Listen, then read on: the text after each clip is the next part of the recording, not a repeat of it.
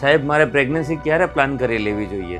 સમાજના પ્રેશરથી જલ્દી કરવી જોઈએ કે મારા કરિયરના કારણે હું એને પોસ્ટપોન કરી શકું? તો આજના જનરેશનનો આ બહુ મહત્વનો પ્રશ્ન છે. ચાલો આના પર આજે વાત કરીએ. હું doctor Jaydev Dameliya, gynaecologist and infertility specialist, Candor IVF centre limited, સુરતથી. સૌ પ્રથમ આ પ્રશ્ન કેવી રીતે થાય છે? એટલા માટે કે ઘણા બધા યુગલોમાં પ્રેગ્નન્સી પ્લાન કરતા હોય અને સાથે સાથે એમનું કરિયર પર હોય. તો કરિયરના કારણે, બાળક આવવાના કારણે એમની લાઈફ જે હેક્ટિક બની જાય છે એ ના બને એટલા માટે એ લોકો પહેલા કરિયરને ફોકસ કરે અને પછી પ્રેગ્નન્સી પર ફોકસ કરે. તો સાયન્સ અને બોડીનું વિજ્ઞાન એવું છે કે તમારા શરીરની અંદર, ખાસ કરીને સ્ત્રીઓની અંદર, ઉંમરની સાથે સ્ત્રીબીજની સંખ્યા એટલે કે જથ્થો અને સાથે સાથે ક્વોલિટી પણ ઘટતી હોય છે. અને આના કારણે પ્રેગ્નન્સી રહેવાની શક્યતા ઉંમર સાથે ઘટતી હોય છે, એટલે કે ફર્ટિલિટી ઘટતી હોય છે. તો ઘણા યુગલોને આ માહિતી હોવાના કારણે એ લોકો ડરતા હોય છે કે સાહેબ અમારા પાસે બહુ મોટો પ્રશ્ન છે, પ્રેગ્નન્સી હવે અમારે ક્યારે રાખવી જોઈએ. એકચ્યુઅલી આપણે બોડીની એજ પ્રમાણે કે અમારા કરિયરના કારણે પોસ્ટપોન કરી શકે. તો આના માટે સૌ પ્રથમ તમે તમારા રૂટીન બોડીના ચેકઅપ કરાવો. ખાસ કરીને સ્ત્રીઓમાં AMH નું લેવલ અને પુરુષમાં શુક્રાણુની ક્વોન્ટિટી અને ક્વોલિટી, એટલે કે એનો એક સિમેન્ટ ટેસ્ટ કરાવે તો આપણને ખબર પડી જાય કે ફર્ટિલિટીમાં પુરુષ સાઈડથી પ્રોબ્લેમ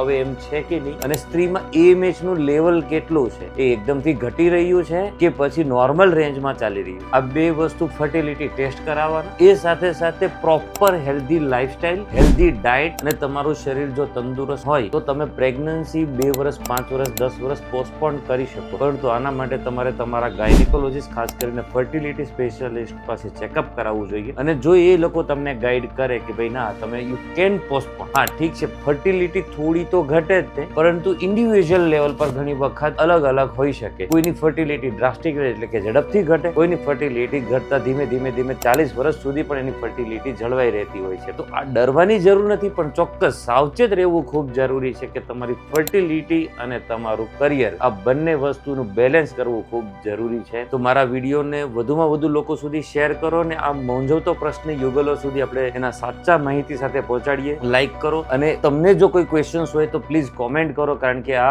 યોગ્ય માહિતીથી તમે બીજા લોકોને અવેર કરી શકો.